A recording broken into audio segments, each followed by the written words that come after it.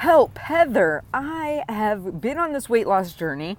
I've got about 10 to 20 pounds left to lose, and I really could use some help with this. All right, so let's talk about this on two fronts. One, we're going to talk about mindset, and two, we're going to talk about actual practical application. So on the mindset portion, what we want to talk about is achievable weight versus maintainable weight.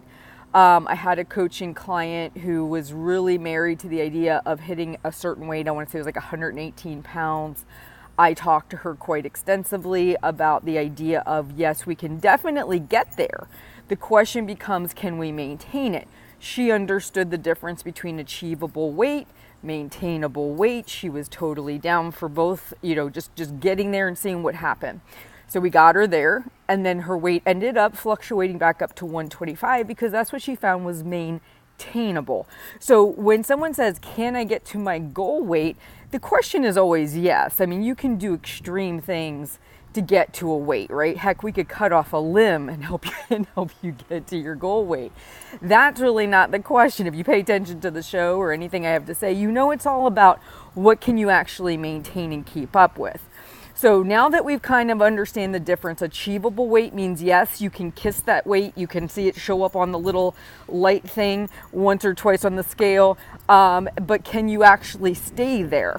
And that is what a maintainable weight is. It's living your life in a way that you can enjoy and actually having your weight stay fairly consistent, okay?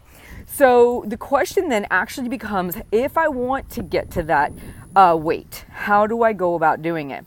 So number one is patience. You're going to have to be patient. Once you get to that home stretch, that last 10 to 20 pounds, it really is patience is the name of the game. Every client I've had that has gotten to what they think is their weight that they want to be has noticed a downward trend on happy scale from, say, if they were losing an average of 1 pound per week, maybe it came down to a half or third or quarter of a pound per week. So there usually is a downgrade in how fast you're going to be losing. So patience is essential, and understanding that can make it a lot easier. The second thing, really taking a look at your calories. If you are somebody who's lost a bunch of weight, maybe recently you've dropped another 10 or 20 pounds, revisit your TDEE, your weight loss calories, all that stuff. You may need to drop it a little bit because your weight has dropped. So that would be another area to look at. Then the question becomes, have you been weighing your food? I did not actually break out a food scale in my journey until I got down to the last 20 pounds. That was when I knew I had to clean it up a little bit more in order to kind of do the home stretch. So far we've talked about being patient. We've talked and realizing that the weight loss averages will slow down. 2, making sure your calories are dialed in. 3, making sure you're actually weighing all of your food. These are all things that are going to help you get that last little bit off. The next area that I find is real problematic is you've gotten all the low-hanging fruit. You've done the big things, right? You're getting in general movement. You're eating pretty well. Maybe you're getting your vegetables, your fruits. You're doing all the basic stuff. Then where the added little bit might need to be focused is on the splurges, the eating out, the wine, the alcohol. This is why I always talk about maintainable versus achievable too, because the question really becomes, what is it you're willing to give up to get to the next level? So right now you might eat out once or twice a week. Maybe you have a couple glasses of wine.